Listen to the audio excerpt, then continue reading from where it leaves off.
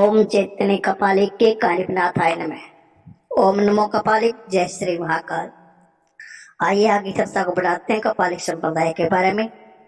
हर video में जितने भी वीडियो देखते हैं सारी वीडियो कपालिक की आती है। आज की बात करते हैं। सुनो है कपालिक। मुनिदत्त ने कपालिक शब्द के कै अर्थ का सुख अथवा महासुख किया है। इस महासुख का पालन करने में समर्थ व्यक्ति ही कपालिक हो सकता है। जगत की स्त्रियां कपाल वनिता के तुल्य है।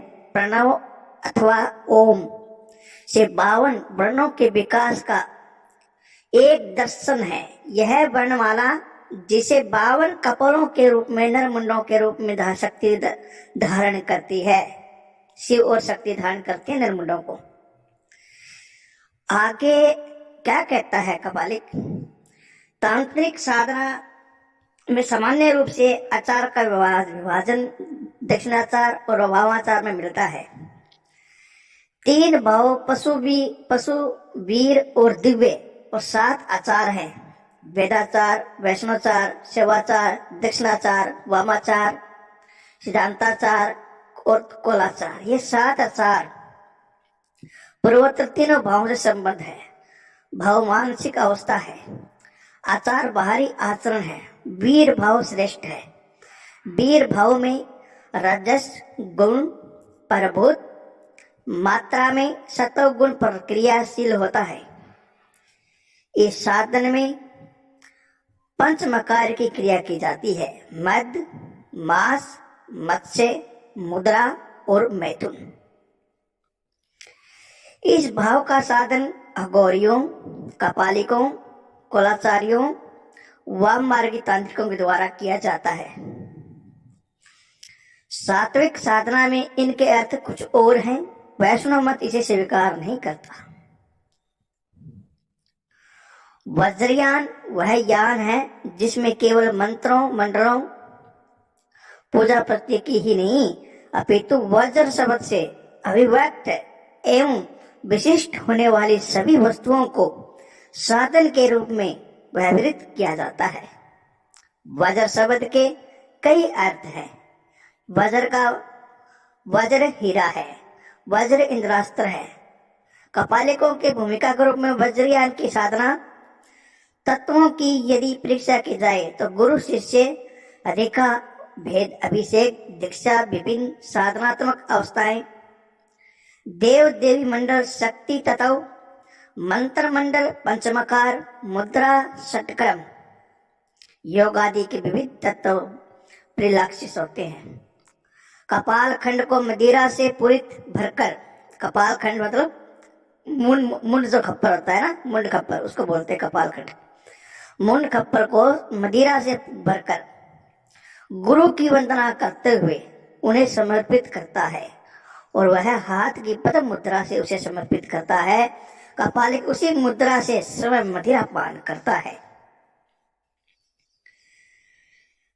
अगर आपको हमारी जानकारी अच्छी लग रही हो तो इसको आगे शेयर किया करें, ठीक है। अब आगे थोड़ी चर्चा करेंगे हम कृष्णपाद और शरयपाद के बारे में। कृष्णपाद अर्थात कानिपा। शरयपाद ने महामुद्रा की सिद्धि प्राप्त की थी। कानिपा कहते हैं, हे डोंबी मैं तेरे साथ अभिषेक करूंगा। मैं नग्न हूँ, निगृण हूँ, कपालिक योगी हूँ अर्थात लज्जा दोषों से रहित हूँ। शरयपाद की संप्रदाय परंपरा में जालेंद्री और कानिपा ने डाकने की सिद्धि प्राप्त की थी। कपालिक मार्ग में जो देवी देवता है सभी ने कपाल धारण कर रखा है, सवार रूढ़ रहते हैं, मुंडमाला धारण करते हैं, शमशान वासी हैं। इसी प्रकार अनेक लक्षण जो कपालिक लक्षण मिलते हैं। मैंने एक बार पहले भी आपको एक वीडियो के अंदर जानकारी दी थी कपालिक के हेवज तंत्र के बारे में और हेरुक नामक देवता के बारे में। एक बार फिर बता देता हूँ। हेरुक नामक देवता एक रूप का नाम बुद्ध कपाल भी है। जो बौद्ध धर्म मानने वाले हैं उनके अंदर आता है। ये बुद्ध कपालिक में बोला जाता है हेरुक देवता को बुद्ध कपाल। हाथों में वज्र मानव रक्त वृत्त कपाल धारण करते हैं, सवार उठ रहते हैं। युगन मुद्र आनंद मुद्रा में इनकी शक्ति भी हाथों में कैंची और कपाल धारण करती है। यगोपवीत की तरह मुंड माला धारण करते हैं।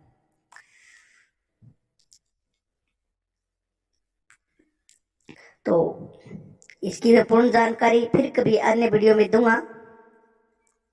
ये इसका संबंध कुंडलिनी शक्ति से भी संबंध है, पंचभूतात्मा से भी संबंध है और हमारे पंच तत्वों से भी संबंध है, पंचमकार से भी संबंध है। ये जानकारी बौद्ध धर्म के तो कपालिक होते हैं उनके बारे में है। चलो आगे मैं थोड़ी और चर्चा कर लेता हूँ, ज्यादा लंबी वीडियो नहीं बनाऊंगा मैं।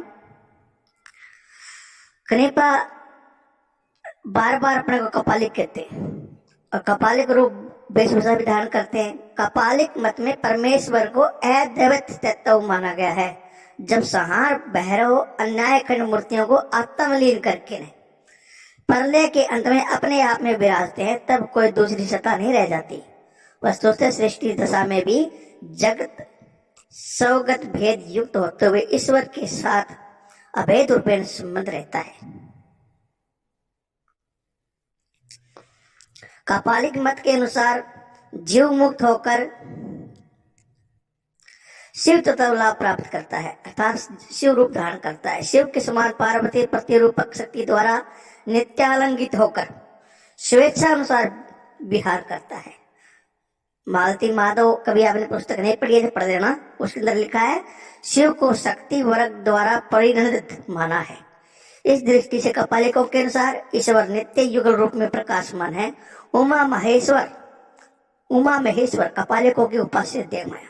उमा महेश्वर अर्थात अर्धनारेश्वर जो सर्पंग संप्रदाय आते हैं, तो सर्पंग संप्रदाय के जो कपालिक होते हैं उनका आराध्य है भगवान महादेव। अर्धनारेश्वर रूप का प्रधानता पाया जाता है। कपालिक साधना अवैदिक साधना है, ये मैं कई बार कह चुका हूं।